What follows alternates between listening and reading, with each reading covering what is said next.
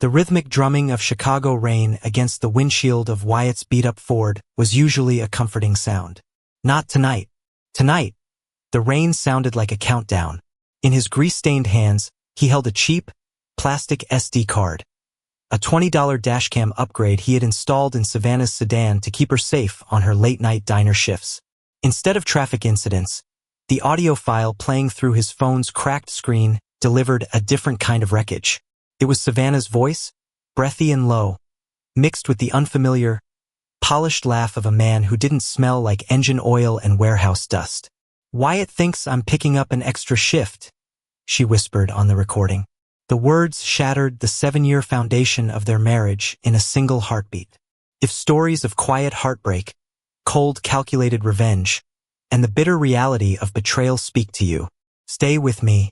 The rain over suburban Chicago was relentless, beating a steady, hollow rhythm against the roof of Wyatt James's 10-year-old Ford F-150. Inside the cab, the air was thick with the scent of damp wool and the lingering metallic tang of the Carter Industries warehouse, where Wyatt had spent the last 12 hours maneuvering a forklift. His muscles ached, a deep, familiar burn that usually brought him a sense of honest satisfaction. It was the pain of a man paying off a mortgage, building a life, providing for his wife. But tonight, the pain in his chest had nothing to do with heavy lifting. Wyatt sat in the dim glow of the dashboard lights, staring at the cracked screen of his smartphone. Between his calloused, grease-stained thumb and forefinger, he held a microSD card. It was a cheap thing, bought for $20 off Amazon a month ago to upgrade the dashcam in Savannah's aging sedan. The neighborhood had been getting rough, and her late-night shifts at the Sunrise Cafe worried him. He had installed it to protect her, to give himself peace of mind. He pushed the card into his phone's adapter. The files loaded slowly, a list of mundane timestamps. He clicked on a random file from Tuesday night, a night Savannah had claimed she was covering a closing shift because one of the new girls had called in sick. First, there was only the hum of the sedan's engine and the rhythmic thump-thump of the windshield wipers. Wyatt closed his eyes, leaning his head back against the headrest, letting the exhaustion wash over him. Then, a voice broke the silence. "Not the radio. You should turn right up here, Derek. The alley behind the bakery is always empty." Wyatt's eyes snapped open. The exhaustion vanished, replaced by a sudden, icy jolt of adrenaline that struck him like a physical blow. That was Savannah, but the tone, soft, breathless, coated in a sugary sweetness he hadn't heard directed at him in years, was entirely foreign. A man's voice answered. It was smooth, confident, dripping with the kind of arrogant ease that Wyatt instantly recognized and despised. It was the voice of a man who worked in air conditioning, a man whose hands were soft. "Are you sure your husband isn't waiting up, Savannah? I'd hate to keep the working man from his beauty sleep." Wyatt stopped breathing. The cab of the truck suddenly felt suffocatingly small. On the recording, Savannah laughed. It wasn't her usual tired chuckle. It was a high, glittering sound. "Wyatt, please. He worked a double today. He'll be passed out on the couch before I even unlock the front door. He thinks I'm picking up an extra shift to help with the boiler repairs." The sound of rustling fabric echoed through the tinny phone speaker. A heavy sigh, a quiet moan that made Wyatt's stomach violently heave. He gripped the steering wheel so hard his knuckles turned bone white, the worn leather groaning under his strength. "You smell incredible," the man named Derek murmured. "Better than cheap diner coffee and fryer grease." "Make me forget about it then," Savannah whispered. Wyatt hit pause. The silence that followed was deafening, save for the rain drumming its endless, mocking beat against the glass. He stared out the windshield into the dark, empty street of his working-class neighborhood. Across the wet asphalt sat the small single-story house they had bought 3 years ago, the house he had worked 60-hour weeks to afford. The porch light was on, a warm, welcoming yellow beacon that now looked like a grotesque lie. His wife was inside that house, sleeping in their bed. A primal roar built up in Wyatt's throat, a desperate urge to kick the door open, march into that house, and shatter the illusion into a million jagged pieces. He wanted to scream, to demand answers, to watch her face crumple in guilt. But as his thumb hovered over the door handle, he stopped. If he went in there now, blind with rage, she would cry. She would beg. She would spin a web of excuses, and in the chaos, he would lose his footing. He had spent his whole life working with heavy machinery. He knew that one reckless move could crush you. Wyatt slowly withdrew his hand from the door. His breathing steadied into a cold, rhythmic cadence. The anger didn't fade. It crystallized. It hardened into something sharp and precise. He looked back at the phone, at the file named Tuesday_2345. MP4. He wasn't going to break the illusion tonight. He was going to let her keep playing her game. And while she was distracted, he was going to burn her world to the ground. Wyatt stepped out of his truck and walked through the freezing rain, letting the icy drops numb his face. By the time he unlocked the front door of their small suburban home, his expression was wiped clean of the rage that had nearly consumed him in the driveway. The house was quiet, smelling faintly of the cinnamon air freshener Savannah kept plugged into the hallway wall. It was a comforting, domestic scent that now made his stomach turn. According to the recording, she had predicted he would be passed out on the couch. Wyatt decided to give her exactly what she expected. He toed off his heavy, steel-toed work boots, leaving them neatly by the door, and dropped his keys into the ceramic bowl on the entryway table. Moving into the dimly lit living room, he lay down on the worn fabric of the sofa. He didn't turn on the television. He simply closed his eyes and focused on slowing his heart rate, forcing his chest to rise and fall in the heavy, rhythmic cadence of deep sleep. 40 minutes later, the metallic scrape of a key sliding into the deadbolt broke the silence. The front door opened with a soft creak, followed by the dull thud of Savannah's sneakers on the linoleum. Wyatt kept his eyes shut, his breathing steady, even as every nerve in his body screamed at him to stand up and demand the truth. "Wyatt!" Her voice floated through the dark room. It was pitched low, a perfect imitation of a weary wife trying not to wake her exhausted husband. It was nothing like the breathless, eager tone she had used with Derek in the alleyway. Wyatt let out a muted groan, shifting his weight on the cushions before slowly blinking his eyes open. He rubbed a hand over his face, playing the part of a man just pulled from a deep slumber. "Hey," he mumbled, his voice thick and gravelly. "You're home late." "I know. I'm sorry," Savannah sighed, stepping into the dim light of the living room. She was wearing her Sunrise Cafe uniform, the pale yellow polo shirt and dark brown slacks. To a casual observer, she looked exactly as she should after a grueling 10-hour shift. But Wyatt was no longer a casual observer. His eyes, trained to catch microfractures in industrial machinery, immediately began scanning her for defects. He sat up, the springs of the couch groaning beneath him, and reached out to pull her into a hug. As she leaned down, resting her chin against his shoulder, the sensory evidence hit him like a physical blow. Savannah always came home smelling like a distinct cocktail of roasted coffee beans, industrial floor bleach, and stale fryer grease. It was the scent of hard work, a smell Wyatt had never minded because it mirrored his own. But tonight, that familiar scent was missing. Instead, beneath a hasty, overpowering spritz of her cheap vanilla body spray, there was an undeniable undercurrent of something else.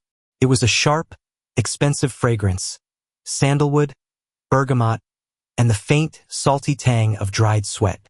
It was the smell of a man who wore tailored suits and drove a leased Audi. It was the smell of Derek. Wyatt swallowed the bile rising in his throat. He forced his arms to wrap around her waist, giving her a gentle squeeze. "Rough night?" he asked, proud of how remarkably steady his voice sounded. "We got slammed right before closing," Savannah lied effortlessly, pulling away from the embrace a second too soon. She wouldn't meet his eyes, opting instead to stare at the worn carpet. Her mascara was slightly smudged at the outer corners, an imperfection that hadn't been there when she left for work that afternoon. A whole softball team came in at the last minute. "I'm completely dead on my feet. I just need a really hot shower. I feel gross." "I bet you do," Wyatt thought, the coldness spreading through his veins. "Go wash up," Wyatt said, offering her a tired, reassuring smile that felt like peeling off his own skin. "I'll make sure the doors are locked." "Thanks, honey," she whispered. Wyatt remained on the edge of the couch, watching her retreat down the narrow hallway. The bathroom door clicked shut, and a moment later, the plumbing roared to life as she turned the water on full blast, rushing to scrub another man's scent off her skin. Wyatt stood up in the empty living room. The illusion was flawless. She truly believed she had him entirely fooled. He turned his gaze toward the kitchen, looking at the oak cabinets he had sanded and stained with his own hands, and the granite countertops paid for with his overtime hours. She thought she was just having a secret fling. She didn't realize she had just declared war on a man who had nothing left to lose but the very ground they stood on. The garage had always been Wyatt's sanctuary. It smelled of heavy motor oil, fresh sawdust, and the damp, earthy chill of the Chicago suburbs. But for the past week, the small, detached structure had transformed into his war room. It was 2 a.m. on a Thursday. Inside the house, Savannah was sound asleep, allegedly exhausted from pulling a double shift. Out in the garage, Wyatt sat at his battered wooden workbench. The harsh, artificial blue light of his old laptop illuminated the deep, exhausted lines etched around his eyes. Over his ears, he wore a pair of heavy-duty noise-canceling headphones, a necessity for preserving his hearing on the factory floor, now repurposed for a much darker, quieter task. On the glowing screen, a master folder labeled dashcam_backup held 74 separate audio files. He was methodically transferring them one by one to a hidden, encrypted external hard drive he had purchased with cash. He clicked on a file dated 3 days ago. "Derek Stone, you were going to get us caught." Savannah's voice drifted through the headphones, punctuated by a breathless giggle. Derek Stone. Wyatt had spent his 30-minute lunch break sitting on a stack of wooden pallets at the warehouse, typing the name into his phone. It hadn't taken long to find the corporate LinkedIn profile. Derek was the newly appointed regional manager for the hospitality group that owned the Sunrise Cafe. His profile picture featured a man in a tailored navy suit with a perfectly trimmed beard, boasting a business degree from a private university Wyatt could never have afforded. "Caught by who?" Derek's voice sneered through the audio playback, dripping with condescension. "The grease monkey? Savannah, please. The guy works 12-hour shifts moving boxes. He's too damn tired to notice anything. He probably thinks high romance is taking you to a chain steakhouse." Wyatt's jaw clenched so tightly a sharp pain shot up into his temples. He looked down at his own hands resting on the laptop keyboard. They were rough, heavily calloused, and permanently scarred from slipping wrenches and jagged sheet metal. He had earned those scars building the backyard deck where Savannah liked to drink her morning coffee. He had earned them working overtime to pay off the very car she was currently using as a mobile motel room. "Don't be mean," Savannah replied on the recording. But she was laughing. It was a soft, conspiratorial laugh that sliced through Wyatt's chest like a serrated blade. "He means well. He doesn't understand the finer things. Not like you do." "He doesn't understand you," Derek corrected smoothly, his voice dropping an octave. "He sees a waitress who helps pay the bills. I see a woman who deserves to be taken care of properly." Wyatt hit the spacebar, abruptly freezing the playback. He pulled the headphones down around his neck, letting the heavy silence of the garage wash over him. The sheer, breathtaking audacity of it was staggering. She was sleeping in the bed he bought, under the roof he paid for, while complaining to another man that her husband didn't provide enough finer things. He stared at the heavy claw hammer resting just inches from his right hand. He could smash the laptop to pieces right now. It would end the immediate psychological torture.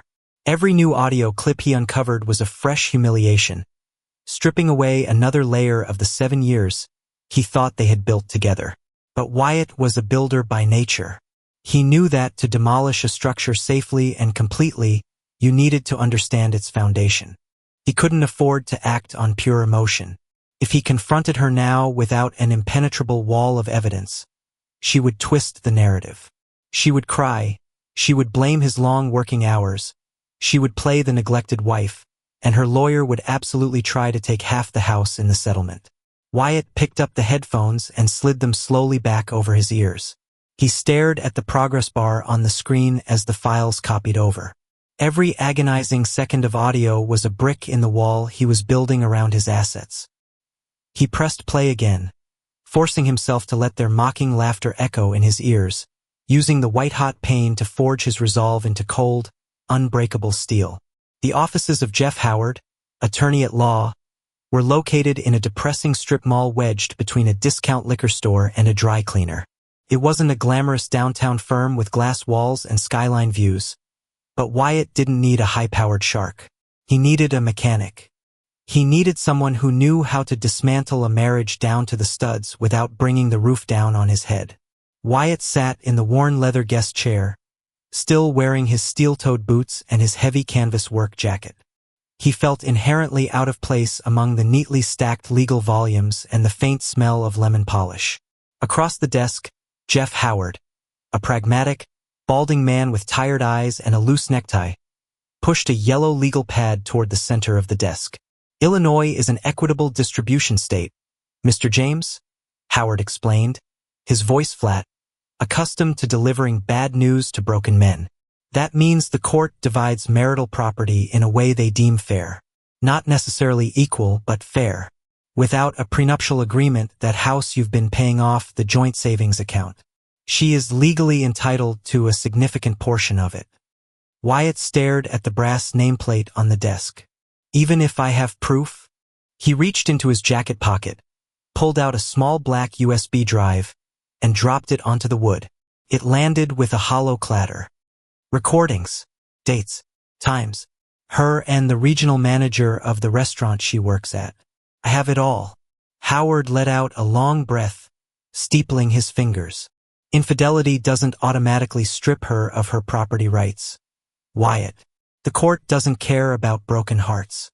However, it is tremendous leverage. If this man is a corporate manager, a public scandal could ruin his career. Your wife won't want that. We can use this evidence to strongly encourage her to sign an uncontested divorce agreement, where she walks away from the house and the savings in exchange for your absolute silence." A cold, dark satisfaction settled in the pit of Wyatt's stomach. It wasn't about a judge taking it away from her. It was about forcing her to hand the keys back to him. "What do I need to do right now?" Wyatt asked, his voice stripped of all emotion. "Protect your incoming assets," Howard instructed, tapping a pen against his legal pad. "Open a new private bank account today. Reroute your paycheck. Divert your overtime pay immediately. Withdraw exactly half of your joint savings. Not a penny more or the judge will penalize you, and move it safely. Stop paying her credit card bills if they are solely in her name. And most importantly, you cannot let her know you are doing this until the final papers are ready to be served. Can you maintain the act?" Wyatt thought of the scent of sandalwood and bergamot lingering on his wife's neck.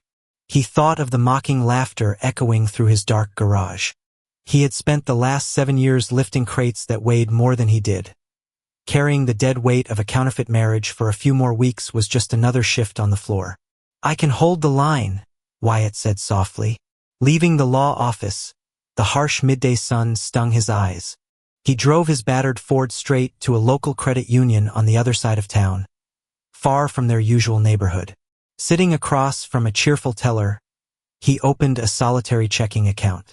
When he filled out the corporate form to redirect his Carter Industries direct deposit, his pen hovered over the signature line for a fraction of a second. Signing that paper felt infinitely more final than the day he had signed his marriage license. It was the deliberate severing of their shared lifeblood. He pressed the pen down, the dark blue ink bleeding into the cheap paper, and signed his name. The fortification had begun. The neon sign of the Longhorn Grill buzzed a dull, flickering red through the rain-streaked window next to their booth. It was their 7th wedding anniversary. Across the sticky, laminate surface of the table, Savannah sat wearing a dark blue dress she usually saved for holidays and weddings. She looked beautiful. She looked like a complete stranger. Wyatt stared at the heavy glass of bourbon in his hand. The ice clinked against the rim as he slowly swirled the amber liquid. He could still hear Derek's condescending sneer echoing in his mind from the dashcam recording. He probably thinks high romance is taking you to a chain steakhouse. And here they were. Wyatt had suggested this exact restaurant on purpose, a twisted, masochistic test of her acting skills. Savannah hadn't even blinked. She had smiled brightly, kissed his cheek, and told him she couldn't wait to spend the evening with him. Now, she was delicately slicing into a medium-rare sirloin, feigning absolute, domestic contentment. "I have something for you," Savannah said softly, wiping her mouth with a paper napkin. She reached into her leather purse and pulled out a sleek, rectangular box wrapped in silver paper. She slid it across the table. "Happy anniversary, Wyatt." Wyatt looked down at the box. His rough, scarred hands felt clumsy as he peeled away the metallic paper. Inside rested a stainless steel chronograph watch. It was a nice piece, functional and sturdy. A working man's watch. "Do you like it?" she asked, her eyes wide, searching his face for the familiar, grateful warmth she had grown accustomed to manipulating. "I know your old one got scratched up on the warehouse racks. The guy at the jewelry counter said this one has scratch-resistant glass." Wyatt traced the cold metal of the watch face. He wondered which joint credit card she had used to buy it, knowing full well he was technically paying for half of his own anniversary gift. He wondered if Derek had helped her pick it out, or if she had bought it during one of her imaginary extra shifts.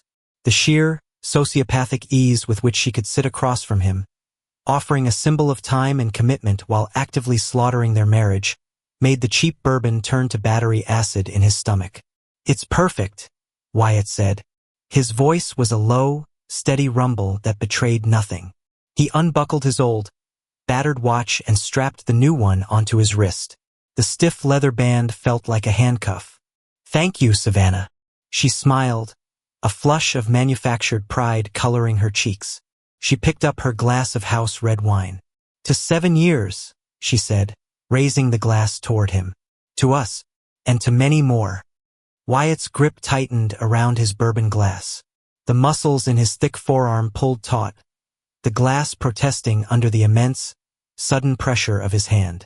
He wanted to shatter it.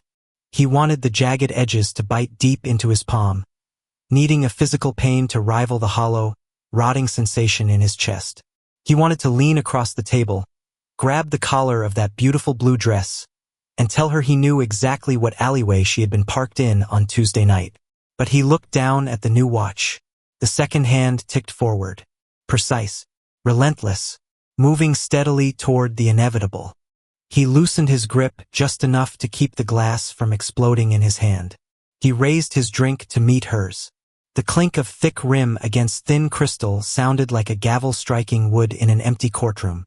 "To honesty," Wyatt said, his eyes locking onto hers with a dead, unblinking stare, "and to finally seeing things for exactly what they are." For a fraction of a second, the smile faltered on Savannah's lips. A flicker of confusion, perhaps a fleeting shadow of guilt, crossed her features. But she quickly buried it beneath a practiced, sweet laugh. She took a sip of her wine, entirely unaware that the man sitting across from her was no longer her husband, but her architect of ruin. The detour was not planned.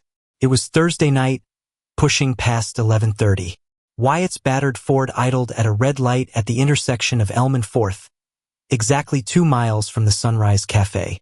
The rain had reduced to a freezing, miserable mist. Instead of turning left toward the quiet, dark house waiting for him in the suburbs, his scarred hands turned the steering wheel to the right. He didn't pull into the diner's main parking lot. The neon open sign had been switched off an hour ago. Wyatt killed his headlights and rolled silently into the deep shadows of an abandoned hardware store that shared the rear alleyway with the restaurant. He shifted the truck into park, the engine rumbling to a low, quiet purr. There it was. Parked arrogantly next to the overflowing, grease-stained dumpsters was a pristine silver Audi A6. It gleamed under the solitary, flickering security light like a misplaced piece of jewelry dropped in the mud. Wyatt stared at the luxury sedan, his jaw tightening. It was the chariot of the regional manager, Derek Stone. Through the rain-streaked, fluorescent-lit back window of the diner's kitchen, the blinds were drawn up just high enough for Wyatt to see inside. The kitchen was empty of the cooking staff, the stainless steel surfaces reflecting the harsh, clinical light. Then Savannah walked into the frame. She was still in her yellow uniform, holding a damp rag, wiping down the edge of a prep counter. A moment later, Derek stepped into view from the direction of the manager's office. Wyatt felt the familiar, heavy spike of adrenaline hit his bloodstream, but he forced himself to sit perfectly still, his hands resting heavily on his thighs. Derek wore a tailored charcoal overcoat, unbuttoned to reveal a crisp white dress shirt. He looked entirely out of place in the grimy diner kitchen. But what struck Wyatt wasn't the man's expensive clothes. It was his body language.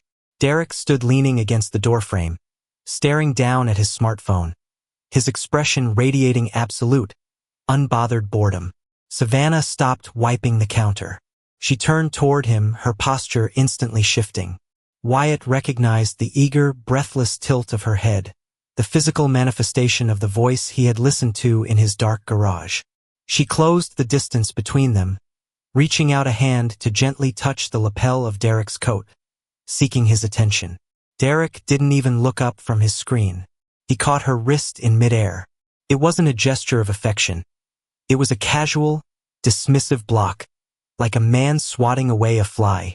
He said something without taking his eyes off his phone, giving her a sterile, patronizing kiss on the forehead before checking his gold wristwatch. He was irritated. He was ready to leave. Wyatt watched his wife, the woman he had broken his back to provide for, the woman who complained that her husband didn't understand the finer things, shrink back and offer a compliant, pathetic nod.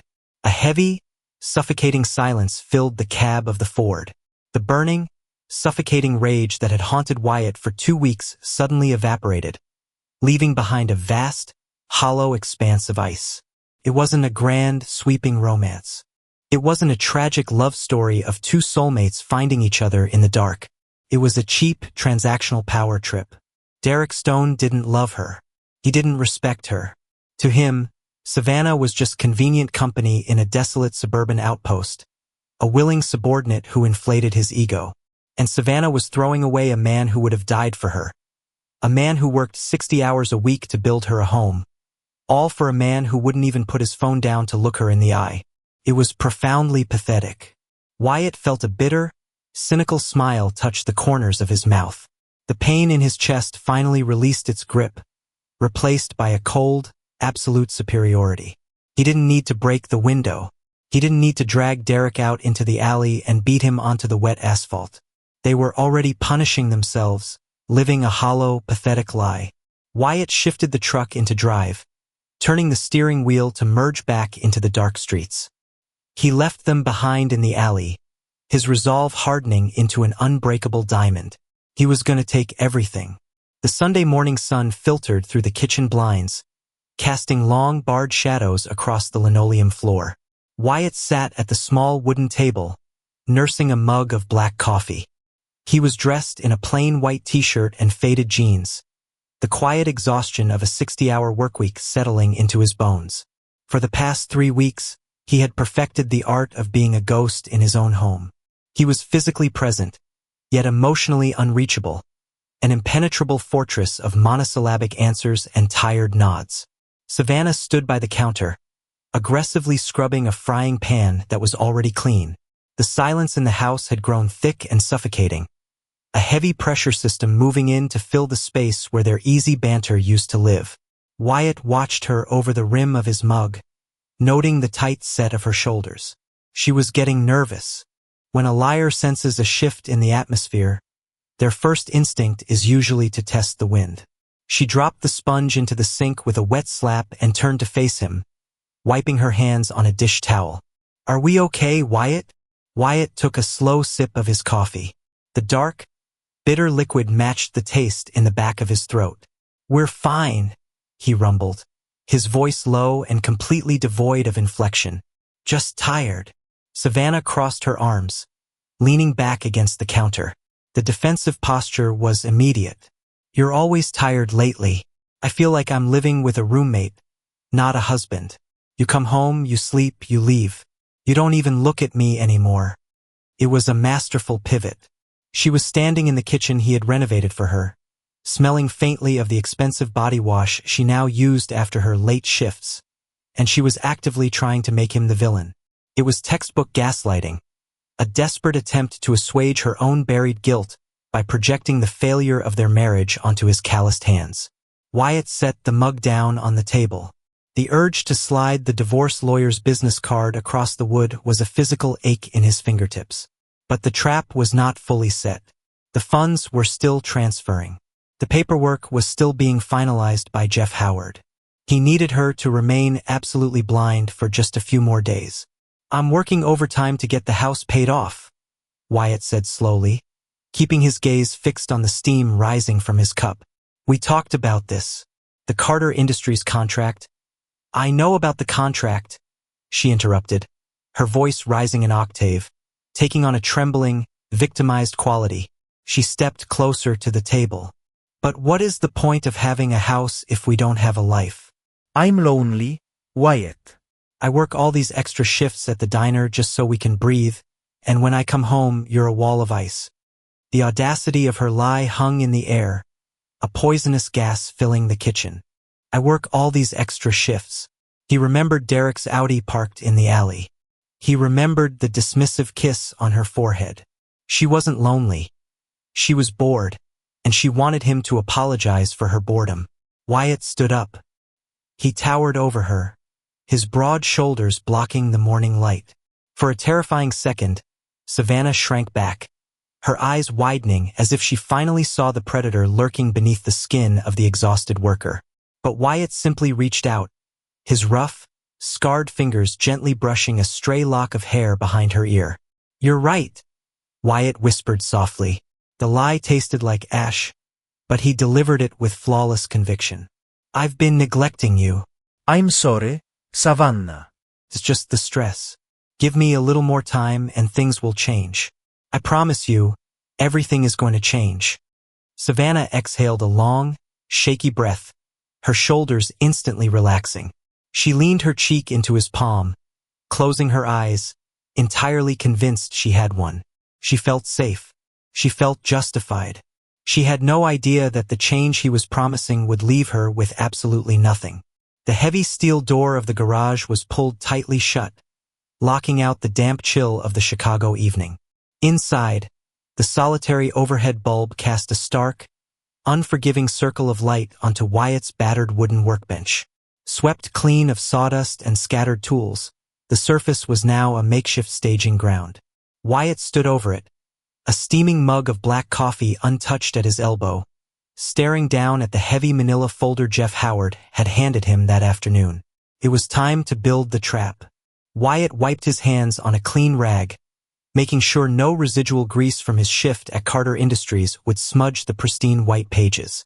He opened the folder. The legal documents were crisp, printed on thick, expensive paper that felt heavy and absolute. The top page bore the official seal of the county court. Petition for dissolution of marriage. He ran a calloused, scarred finger down the printed lines. Howard had been ruthlessly efficient. The asset division clause was highlighted in bold. Wyatt would retain sole ownership of the suburban property, the newly established individual bank accounts, and his retirement fund. Savannah would retain her personal vehicle, her own debt, and absolutely nothing else. It was a financial execution, but the legal paperwork was only the foundation. To ensure she signed it without a battle, Wyatt needed the psychological payload. From his heavy canvas work bag, Wyatt pulled out a stack of papers he had printed himself at a 24-hour copy center. These were the transcripts, hour upon hour of dashcam audio, painstakingly typed out night after night in the cold solitude of the garage. He laid the first page next to the divorce decree. It was the transcript from the alleyway behind the bakery. He picked up a bright yellow highlighter, the neon plastic looking almost comical in his massive, rough hand. With slow, deliberate precision, he dragged the marker across the text. Derek. He probably thinks high romance is taking you to a chain steakhouse. Savannah. He doesn't understand the finer things. Not like you do. The bright yellow ink bled into the paper, making the betrayal scream up from the page. He moved to the next sheet. This one was from a rainy Tuesday afternoon, recorded while he was working a double shift to pay for the new water heater. Derek, when are you going to leave the mechanic? Savannah? He's dragging you down. Savannah, soon. I just need to figure out the finances. I can't walk away with nothing. Wyatt's jaw tightened, a muscle feathering rapidly beneath his skin. I can't walk away with nothing. She had been planning to strip him bare all along. She was just waiting for the right moment, biding her time in the house he paid for, sleeping in the bed he built, until she could secure a comfortable exit. The sheer, predatory calculation of it burned away whatever lingering shred of pity he might have held. He highlighted her words, making sure the neon yellow would be the first thing her eyes caught. Methodically, like a foreman assembling a critical piece of machinery, Wyatt began to stack the papers. The divorce petition went on the bottom. The asset surrender agreement went next. On top of the legal jargon, he placed the highlighted transcripts, a chronological map of her deceit. Finally, he reached into his jacket pocket and pulled out the small, black USB drive containing the raw audio files. He placed it squarely in the center of the top page. It was the keystone of the entire structure, the undeniable proof. Wyatt closed the thick manila folder and wrapped a red string around the cardboard button, sealing it tight. He rested his heavy palms flat against the workbench, leaning his weight forward, breathing in the smell of motor oil and fresh printer ink. The blueprint of her ruin was complete. Tomorrow, the house would be empty, the stage would be set, and the illusion she had so carefully maintained would be shattered into dust. The late afternoon sun cast long, golden rays across the manicured lawns of the suburban street. Inside the house, the silence was absolute, heavy with the weight of an impending storm. Savannah was 3 miles away, halfway through her shift at the Sunrise Cafe. Wyatt stood in the center of their master bedroom, a battered olive-drab canvas duffel bag unzipped on the mattress. He moved with the practiced, mechanical efficiency of a man who had spent his life optimizing warehouse logistics. He didn't pack photographs. He didn't pack the expensive, hollow anniversary gifts or the soft linen sheets they had purchased together. He packed his heavy denim work jeans, his faded flannel shirts, and his spare steel-toed boots. He packed the worn leather toiletry kit his father had given him. He was actively stripping away the 7 years of his marriage, reducing his entire existence in this house to 50 pounds of canvas and cotton. Wyatt pulled the heavy brass zipper of the duffel bag closed. It sounded like a body bag sealing. He slung the heavy strap over his broad shoulder and walked down the hallway. He paused at the thermostat, his calloused fingers turning the dial down to 60 degrees. Let the house grow as cold as the truth it was about to harbor. He spent the next hour cleaning. It was a bizarre, almost ritualistic act of erasure. He wiped down the granite countertops he had paid for with endless overtime. He vacuumed the living room rug, meticulously erasing his own footprints from the fibers. He wanted the house to look immaculate, untouched, like a pristine model home waiting for prospective buyers. He wanted Savannah to walk into a flawless, domestic illusion, only to find the explosive charge resting right in the dead center of it. Finally, Wyatt walked into the kitchen. He stood before the dining table. It was his masterpiece. A heavy, solid piece of reclaimed oak he had sanded, stained, and sealed by hand in the garage during their first year of marriage. It was built to last a lifetime, built for a family that would never exist.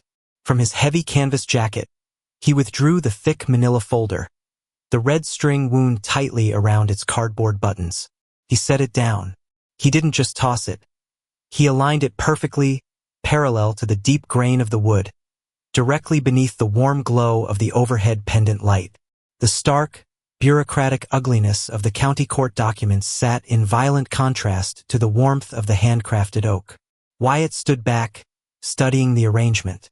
It was a perfectly executed delivery. There was no handwritten note. There were no angry, drunken letters or smashed picture frames. There was only the undeniable, documented reality of her betrayal, waiting to detonate in the dead silence of the perfect home she thought she had secured. He turned his back on the kitchen, picked up his duffel bag, and walked out the front door. He pulled it shut until the deadbolt clicked into place with a heavy, metallic finality. He left his house key resting on the porch railing. The damp chill of the late afternoon air hit his face as he walked down the driveway toward his Ford F-150. He tossed the duffel bag onto the passenger seat, climbed behind the wheel, and started the engine. He didn't drive away. He merely rolled the truck half a block down the street, parking it tight against the curb under the deep, obscuring canopy of an old elm tree. He killed the engine, rolled down the window just an inch to let the crisp air in, and settled back against the worn leather of the driver's seat. His eyes fixed on the driveway of his former home through the rearview mirror. Now, there was nothing left to do but wait for the architect of this disaster to come home and admire her own work. The sun had completely set by the time the familiar headlights of Savannah's sedan swept across the driveway. From his vantage point halfway down the street, obscured by the deep shadows of the old elm tree, Wyatt watched her park. She stepped out of the car, wearing her yellow diner uniform, her posture relaxed and weary. She was completely oblivious to the fact that she was walking into a graveyard. He watched the front door open and close. The porch light flicked off. A minute passed in heavy, suffocating silence. Then, the kitchen window flared with bright, unforgiving light. Wyatt stared at the glowing rectangle, counting the seconds in his head. It took exactly 45 of them for his cell phone to vibrate against the truck center console. The caller ID read Savannah. Wyatt let it ring 3 times, the buzzing sound vibrating through the cab of the truck, before swiping the screen and lifting the phone to his ear. He didn't say a word. Wyatt! Her voice was a shrill, breathless panic, fractured by a jagged, hyperventilating sob. Wyatt! Where are you? What is this? What is on the kitchen table? I'm out front, he said. His voice was a low, flat rumble that betrayed absolutely no emotion. He ended the call. He stepped out of the truck. The cold evening air bit at his neck as he walked slowly back up the driveway. He didn't need the key he had left on the porch. The front door was slightly ajar, abandoned in her frantic state. As he stepped over the threshold, the sound of her weeping hit him. It wasn't the quiet, manipulated crying she used to win arguments or gain sympathy. It was the ugly, guttural sound of a cornered animal realizing the trap had snapped shut. Wyatt walked down the hallway and stepped into the kitchen. Savannah was clutching the edge of the handcrafted oak table, her knuckles bone white. The manila folder was torn open. The divorce decree, the asset surrender forms, and the brightly highlighted transcripts were scattered recklessly across the wood. The black USB drive sat innocently amidst the bureaucratic wreckage. Her mascara was running in thick, dark streaks down her cheeks, staining the collar of her uniform. When she saw him towering in the doorway, her knees buckled. She sank to the linoleum floor, her hands reaching out, desperately grasping at the heavy denim of his work jeans. Wyatt, please, she gasped, her chest heaving as she looked up at him with wide, terrified eyes. Please, you have to listen to me. It's not what it looks like. It's not what you think. Wyatt stood perfectly still. He looked down at the woman he had spent 7 years breaking his back to provide for. He felt no anger. He felt no pity. He only felt an immense, echoing emptiness, like staring into an abandoned warehouse. I read the transcripts, Savannah, he said quietly, his voice cutting through her sobs with surgical precision. I heard the audio. I know exactly what it is. It meant nothing, she screamed, burying her wet face into his leg, her tears soaking into the rough fabric. I swear to God, Wyatt, he means absolutely nothing to me. It was stupid. I was just stressed about the mortgage and we were fighting and it was just a mistake. A horrible, stupid, one-time mistake. Please don't throw us away over one mistake. A one-time mistake. The phrase hung in the cold air of the kitchen. A desperate, pathetic lie designed to minimize the catastrophic damage she had inflicted. She was sobbing, offering a spectacular performance of a shattered, remorseful wife. She was betting everything on the hope that the working-class man who loved her would be soft enough, naive enough, to forgive a momentary lapse in judgment. Wyatt looked from her weeping form to the highlighted papers on the table. She was still playing the game. She was still trying to control the narrative, believing that her tears could wash away the ink on the divorce decree. She thought this was the bottom. She thought the worst was over. He gently, but firmly, pried her hands off his legs and took a step back, leaving her kneeling alone on the cold floor. A one-time mistake, Wyatt repeated, his voice dropping to a terrifying, absolute whisper. Is that what we're going with? It was just the stress, Savannah sobbed, her voice echoing shrilly against the oak cabinets. She remained on the linoleum, her hands clutching the air where his legs had been just a moment before. You were always at the warehouse, Wyatt. Always. I was drowning in this house by myself. Derek he just paid attention to me when I was vulnerable. It didn't mean anything. It was a one-time lapse in judgment. I swear on my life it was just one mistake. She looked up at him through a mask of smeared mascara and desperate tears. She was waiting for the familiar shift in his demeanor. For 7 years, Wyatt had been a protector. He was the man who fixed things, the man who absorbed the burdens so she wouldn't have to. Savannah watched his face, searching for the crack in his armor, the softening of his jaw that would signal his capitulation. Wyatt stood over her, his expression as unreadable as carved granite. He listened to her weaponize their shared struggles, twisting his 60-hour work weeks, the very hours he spent paying for the roof over her head, into an excuse for her to spread her legs in the back seat of an Audi. Because he didn't immediately yell, because he didn't throw a glass against the wall, Savannah mistook his silence for hesitation. She took a shaky breath, her crying dialing back from a hysterical wail to a pathetic, manageable whimper. She thought she was breaking through. She thought the one-time mistake narrative was taking root in the fertile ground of his exhaustion. We can fix this, she whispered, her voice trembling with manufactured hope. She reached out, placing a trembling hand on the seat of the wooden chair next to her. We can go to counseling. I will quit the diner tomorrow. I will block his number. Just, please don't let one stupid month throw away 7 years of our lives. Wyatt let a long, slow breath escape his lungs. He reached a heavy, calloused hand into the deep inside pocket of his canvas work jacket. One mistake, Wyatt repeated softly. The words lacked any trace of warmth. They were utterly hollow. 1 month, a momentary lapse in judgment. He withdrew a second envelope. It wasn't crisp and white like the court documents scattered on the table. It was a slightly battered, standard brown mailing envelope, worn at the edges from being handled, hidden, and buried. He held it between his thumb and forefinger for a second before letting it drop. It hit the linoleum right next to Savannah's knees with a dull smack. Open it, Wyatt commanded. It was not a request. Savannah stared at the brown envelope. The manufactured hope in her eyes flickered, instantly replaced by a primal, crawling dread. Her hands shook violently as she reached down and peeled back the metal clasp. She slid the contents out onto the floor. It was a stack of printed photographs and screenshots. The top page was a printed text message thread, dated 3 years ago. The contact name at the top read Marcus, Jim. Beneath it was a photograph of Savannah sitting in a different car, her arms wrapped around a man with a tribal tattoo on his shoulder. Savannah's breath hitched in her throat. The heavy, dramatic sobbing stopped as if a switch had been violently thrown in her brain.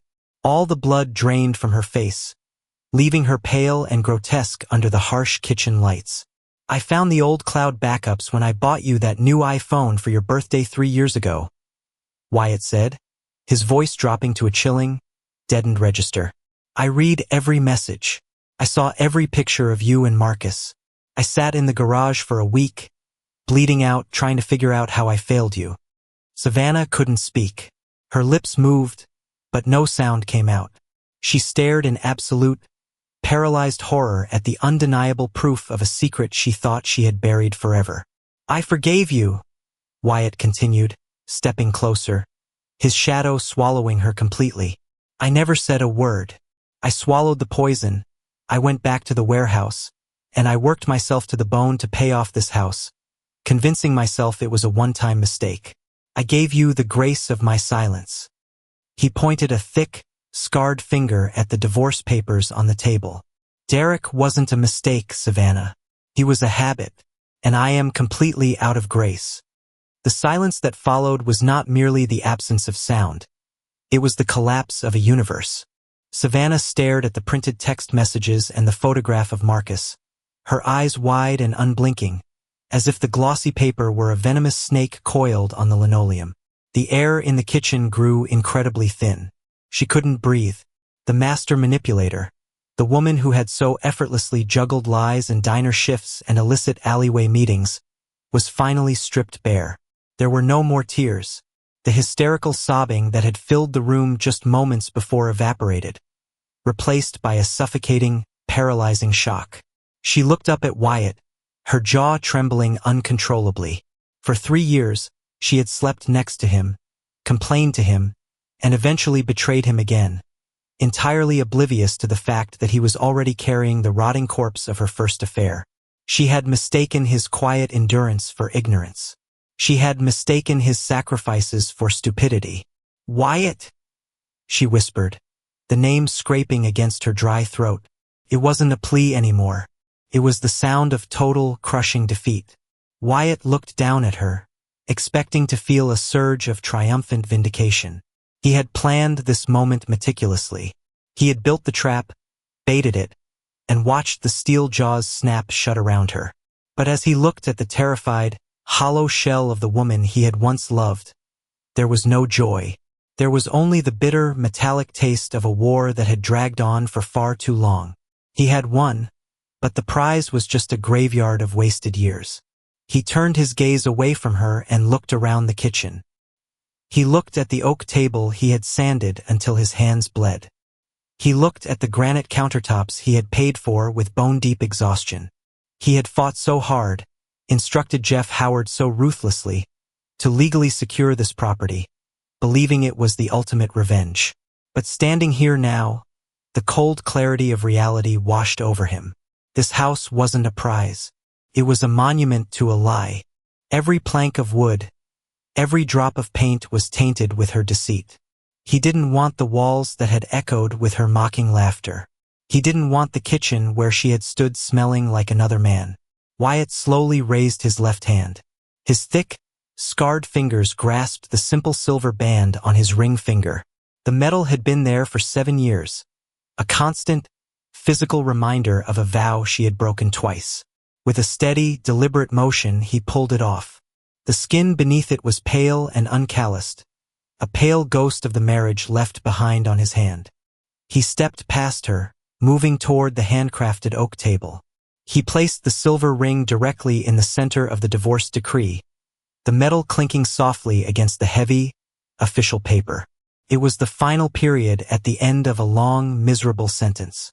Savannah remained on the floor among the scattered photos, her knees pulled up to her chest, trembling violently as the absolute reality of her isolation settled over her. She had nothing left. No husband, no secret lover, only the crushing weight of her own actions in an empty room. Wyatt picked up his truck keys from the counter.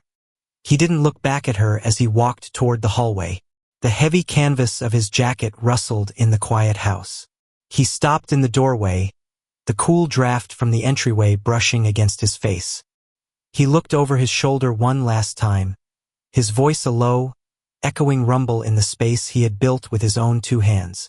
"Keep the house, Savannah," Wyatt said, the finality of his words hanging in the air like dust. "The ghosts in it are all yours." He stepped out into the freezing Chicago night, pulling the front door shut behind him. The lock clicked, severing the tie forever. Wyatt climbed into his battered Ford, started the engine, and drove away into the dark, finally free to breathe.